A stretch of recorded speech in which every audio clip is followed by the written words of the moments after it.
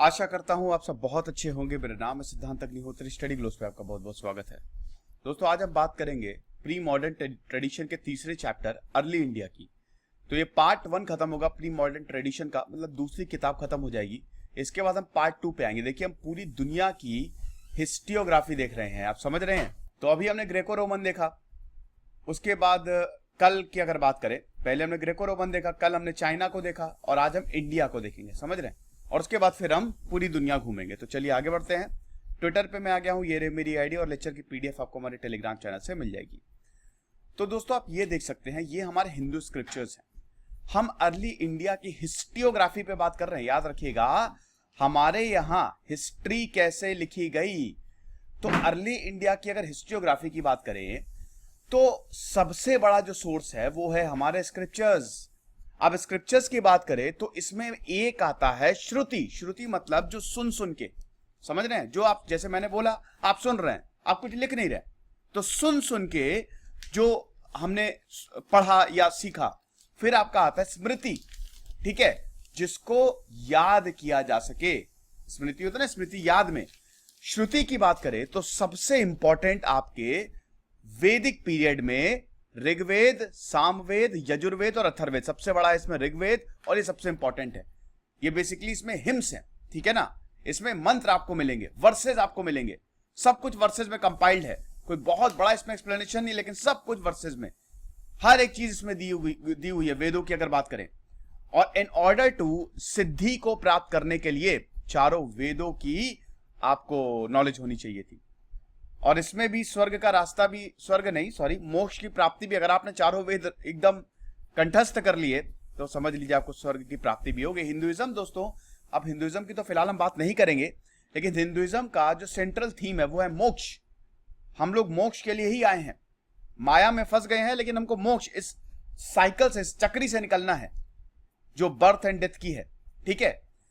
अब उसके बाद दोस्तों हम बात करते हैं, ये आप देख सकते हैं, ठीक है। फिर आपका संहिता, अगर वेदों की बात करें तो अगेन संहिता और ब्राह्मणास में, फिर आरण्य का और उपनिषद में। उपनिषद बहुत ही इंपॉर्टेंट है, ठीक है। उपनिषद, आओ नीचे बैठो, उपनिषद बहुत ज्यादा इंपॉर्टेंट है, ठीक है। कर्म कांड में आपका संहिता और ब्राह्मण आ जाता है, ठीक है। और ज्ञान कांड में आपका आरण्यका और उपनिषद आ जाता है। ज्ञान कांड में फिर आरण्यका आप देख सकते हैं। तो ये हमारे सोर्स है। भारत में आपको बहुत बहुत बहुत सारे एंशिएंट हिस्ट्री के सोर्स मिलेंगे। स्मृति की बात करें तो इसमें आपका धर्मशास्त्र आ जाता है। धर्मशास्त्र में दोस्तों नारद स्मृति है, पराशर स्मृति है, यज्ञवल क्या स्मृति है, और मनुस्मृति। मनुस्मृति आज भी चलती है, बहुत कंट्रोवर्शियल भी है, ठीक है। मनुस्मृति को पहले एज अ कानून देखा जाता था। जब ब्रिटिशर आए तो उनके पास बहुत सारे स्क्रिप्चर्स थे। कौन सा कानून वो हिंदुओं के लिए बना है? मनुस्मृति के हिसाब से चलो। उसके बाद पुराण आता है, श्रीमद् भागवतम, आपको पता ही है, सबसे इंपॉर्टेंट। उसके बाद महापुराण, शिव पुराण है, विष्णु पुराण है, मत्स्य पुराण है, ब्रह्मा पुराण है, और भी है। आपको बता दूं कि ये स्पेशली अगर आप मत्स्य पुराण या गरुड़ पुराण में जाएंगे तो उसमें कलयुग का बहुत अच्छे से वर्णन किया है, ठीक है। कलयुग का वर्णन बहुत अच्छे से, और आगे कैसा होगा वक्त वो भी बहुत अच्छे से बताया है। युग भी 4 में डिवाइड है ना, सतयुग, द्वापर युग, त्रेता युग और कलयुग, और ये कलयुग चल रहा है। फिर आता है आपका इतिहास। इतिहास, हिस्ट्री, हम इसमें इतिहास की बात करेंगे, पुराणों की बात करेंगे, ठीक है ना। रामायण और महाभारत ये हमारे इतिहास है। महाभारत दोस्तों कलयुग की शुरुआत, मतलब जब कलयुग की शुरुआत होने वाली थी तब, मतलब महाभारत खत्म हुई थी, ठीक है। बहुत बड़ा, सबसे बड़ा काव्य है। फिर दर्शन आते हैं, फिर उपवेद आते हैं, वेदांगास और अगमास। तो ये हैं हिंदू स्क्रिप्चर्स और ये हमारे सोर्सेज हैं, ठीक है। ये हिस्टोग्राफी चलिए मैंने आपको बता ही दिया। अब दोस्तों हम बात करते हैं कि एक एक सोर्सेस की बात करते हैं। सबसे पहले हमारे जो अर्लीस्ट हिस्ट्रीज लिखी गई हैं वो है हमारी दान स्तुतिज, द वैदिक। वैदिक की बात करें, वैदिक दान स्तुतिज जो वैदिक पीरियड में लिखी गई थी। देखिए, भारत की बात करें तो भारत में पहले आपका इंडस वैली सिविलाइजेशन आया, जो कि 3300 से 1900 बीसी तक चला। फिर 500 साल तक का ये डार्क पीरियड, ठीक है। उसके बाद हम देखते हैं कि 1400 के करीब, 1400 से 600 तक, ठीक है, ये आपका वैदिक पीरियड है। इसमें आपका लेटर, अर्ली वैदिक और लेटर वैदिक आप दोनों कंपाइल कर लीजिए, ठीक है। उसके बाद आपका जनपद, फिर महाजनपद आया, ठीक है। और फिर हम ये देखते हैं, मतलब महाजनपद पीरियड आया और फिर मॉडर्न एम्पायर आया। आप समझ रहे हैं। तो ये भारत का इतिहास है एक तरीके से। तो सोर्सेज हमको अच्छे खासे मिलते हैं। दान स्तुति की बात करें तो स्तुति मतलब क्या होता है? स्तुति मतलब किसी के गुणगान करना, गाना गाना, प्रेस करना। और दान मतलब देना, कहते हैं दान कर दिया। दान स्तुति मतलब होता है प्रेस ऑफ गिफ्ट्स। जैसे पहले क्या होता था, जो गिफ्ट देते थे, किसी ने किसी को कुछ दान कर दिया तो उसके क्या कहते हैं कि उसके गुणगान किए जाते थे, वो हैं हमारे दान स्तुतिस। अब ये वर्सेस में अगर ऋग्वेद की बात करें तो ऋग्वेद हमारा अर्लीस्ट सोर्स है, ठीक है, जो कि 2 BCE में लिखी गई। तो ऋग्वेद में बहुत अच्छे से दान स्तुतिस का वर्णन है, ठीक है। और ये हमको बाद में बहुत सारे यज्ञों में भी देखने को मिलता है। उसके बाद आते हैं आपके महाभारत और रामायण। महाभारत और रामायण, महाभारत की बात करें तो ये रामायण मतलब दोनों ही महाकाव्य है।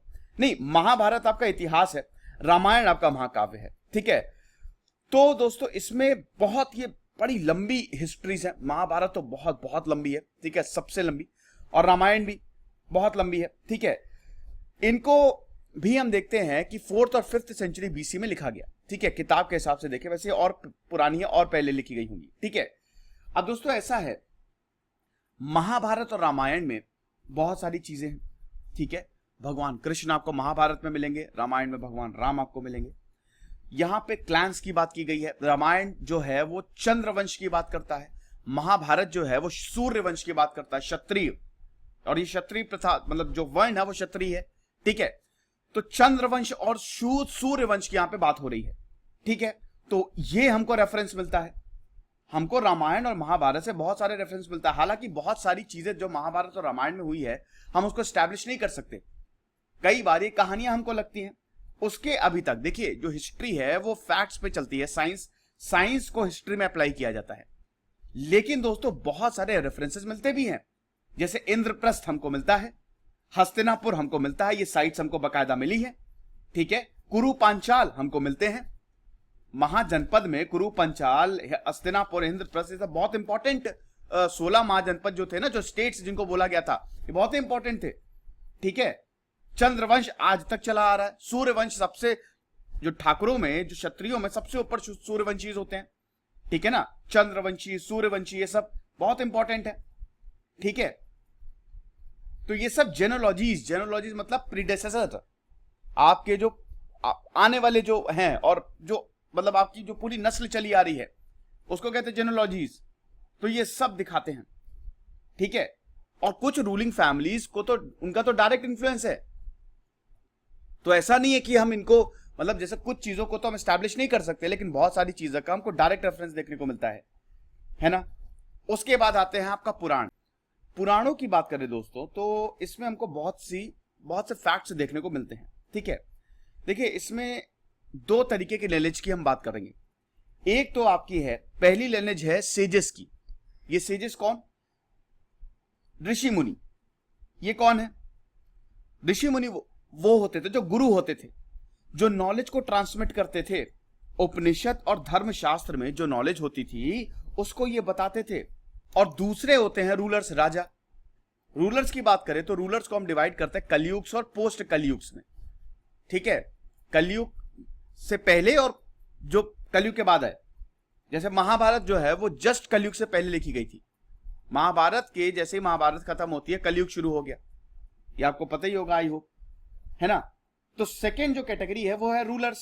और महाभारत की सेंट्रल थीम ही वॉर है, पूरी वॉर पे वो लिखी गई है, ठीक है, बहुत इंपॉर्टेंट। लेकिन दोस्तों यहां पे अगर रूलर्स की बात करें तो रूलर्स में हम देखते हैं कि बहुत सारी जो पुराण है वो फ्यूचर टेंस में भी लिखे गए हैं। मतलब रूलर्स के लिए उन्होंने एक तरीके से ट्रेडिशन सेट किया है कि आपको ऐसे रूल करना है, आप समझ रहे हैं। जैसे मोस्ट ऑफ दी ये जो हिस्ट्रीज हैं ये हम देखते हैं कि ये गुप्ता पीरियड में लिखी गई है। तो गुप्ता पीरियड में जो लिखी गई है, जो गुप्ता पीरियड के रूलर्स है जैसे चंद्रगुप्त और समुद्रगुप्त, उनके बारे में भी बहुत कुछ लिखा गया है। गुप्ता पीरियड भारत के लिए the golden age of India माना गया, क्योंकि इसमें बहुत कुछ लिखा गया और बहुत कुछ इंस्क्राइब भी किया गया। हमको बहुत सारी प्रशस्तिज देखने को मिलती हैं, आप समझ रहे हैं। तो ये जो जेनोलॉजीज हैं ये फ्यूचर टेंस में भी लिखी हैं कि रूलर्स जो है उनको कैसे रूल करना है। इसका मतलब जो राजा है दे वर डेस्टिन्ड टू रूल, उनको रूल ही करना है। साथ ही साथ जो पुराणिक जेनोलॉजीज हैं उनको हम कॉइन्स में भी, जैसे रूलर्स के बारे में अगर बात करते हैं तो रूलर्स को हम कॉइन्स में भी देखते हैं सबसे इंपॉर्टेंट हमको इंस्क्रिप्शंस और कॉइन्स में भी मिलते हैं, तो वहां से भी हम सोर्सेज उठाते हैं, ठीक है। लेकिन रूलर्स की बात करें तो रूलर्स में जैसे पोस्ट कलयुग में आपके अशोक आ गए और गुप्ता आ गए, ठीक है। और प्री कलयुग में, मतलब जब कलयुग से पहले महाभारत के जो रूलर्स हैं, ठीक है, कौरव आ गए, पांडव आ गए, उन सबके बारे में हमको जानने को मिलता है, ठीक है। तो ये बहुत इंपॉर्टेंट है। अब उसके बाद दोस्तों आपके, अगर हम डेवलपमेंट की कोर्टली ट्रेडिशंस की बात करें तो आपकी सबसे पहली आती है प्रशस्तीस। प्रशस्तीस की बात करें तो ये एक सबसे इंपॉर्टेंट सोर्स है, ठीक है। प्रशस्तीस मतलब होता है सिंपल संस्कृत वर्ड्स में जो चीजें लिखी गई, जो इंस्क्राइब की गई, ठीक है। हालांकि जो अर्लीस्ट प्रशस्तीज हैं वो प्राकृत में लिखी गई हैं, है ना।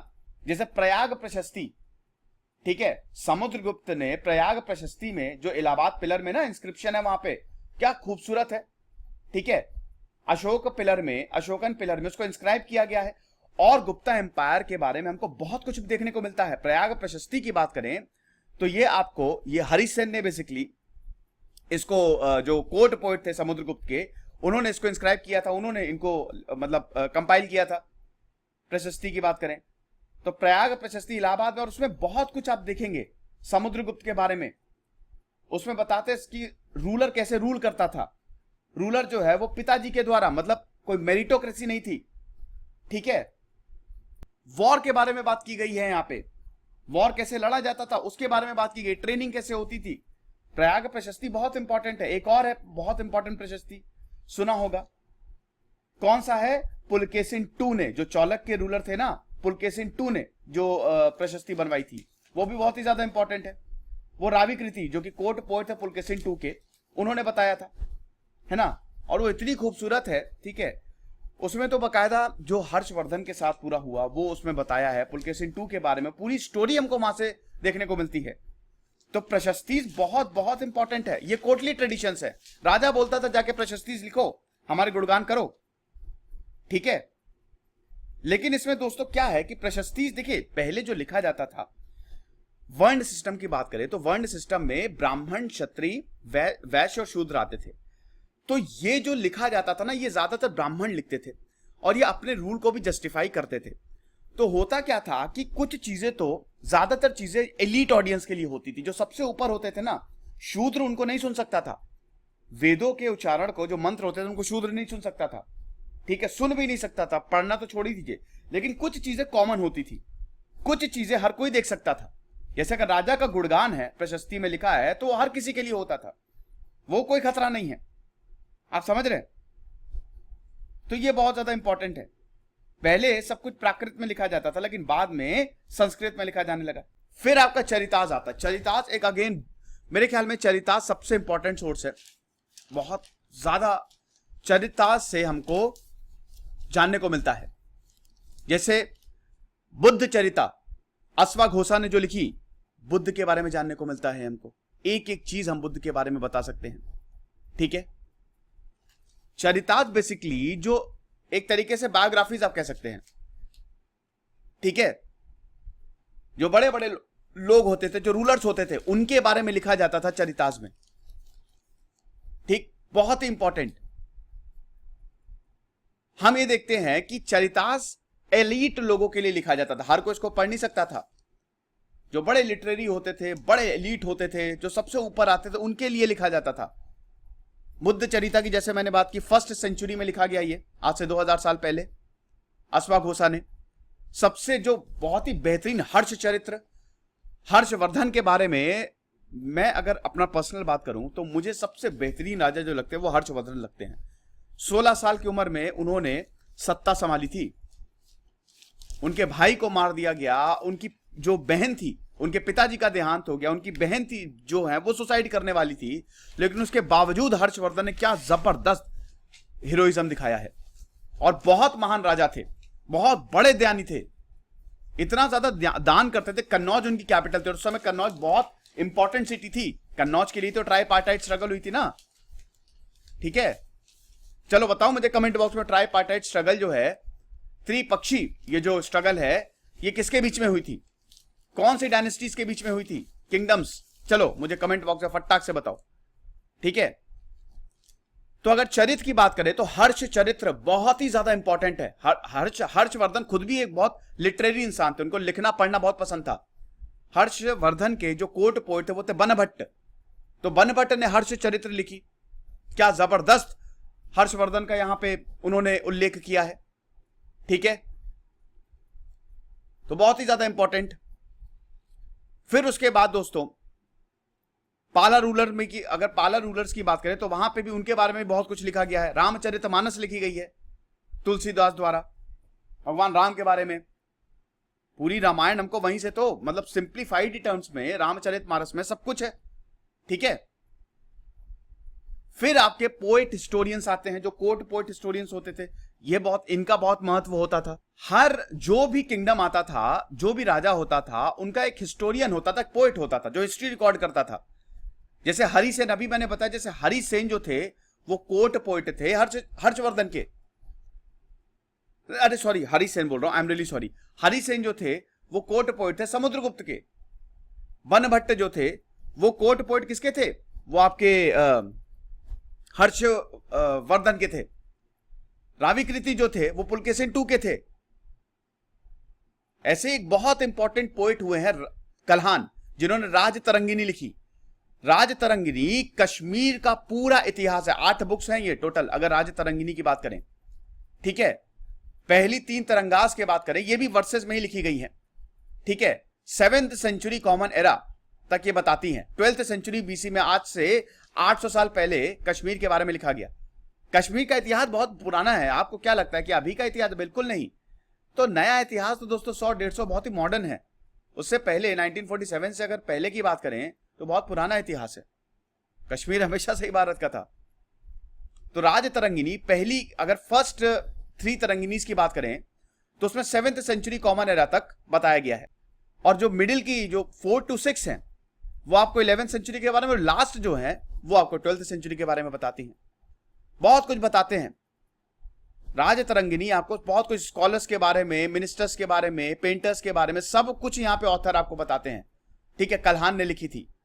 वर्ल्ड सिस्टम के बारे में बताते हैं, हायरार्कीज के बारे में इसमें बताया जाता है।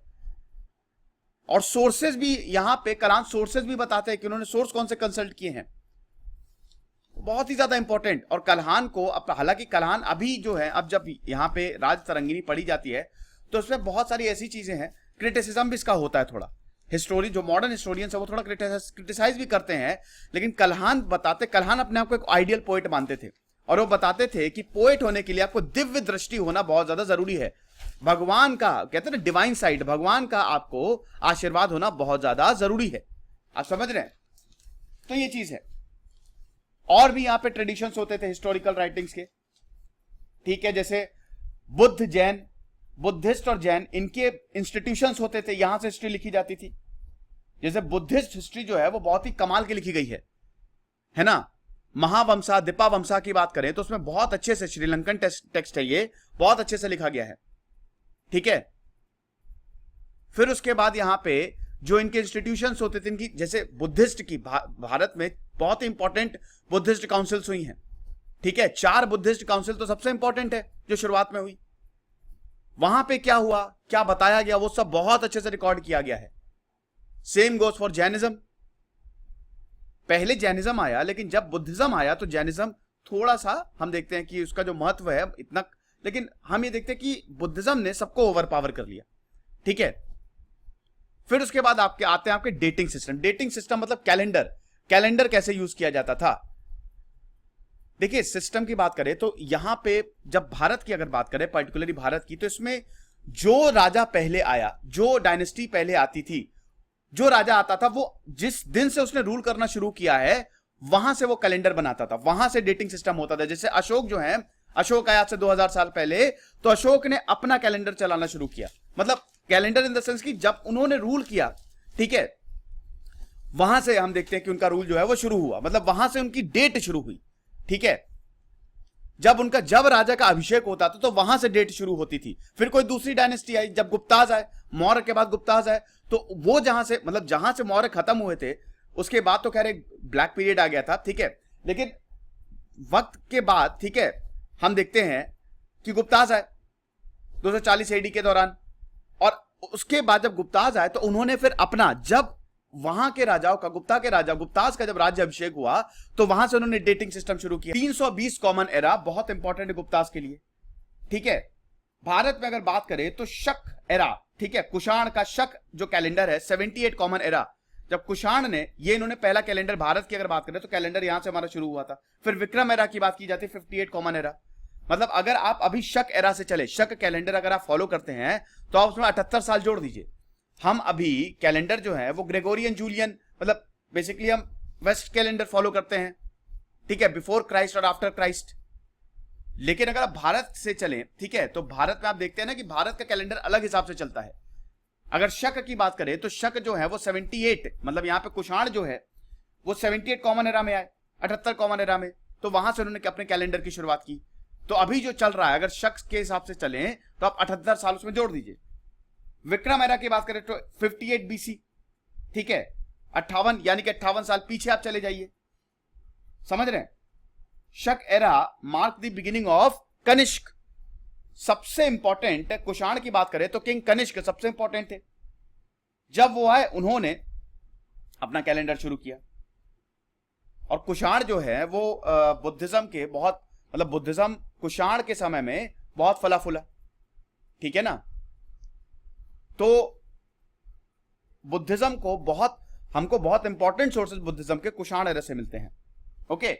तो ये भारत की बात थी। आई होप आपको समझ में आया होगा ये लेक्चर, इसमें कोई भी प्रॉब्लम नहीं है। खुश रहिए, पढ़ते रहिए। दिस इज सिद्धांत अग्निहोत्री साइनिंग ऑफ।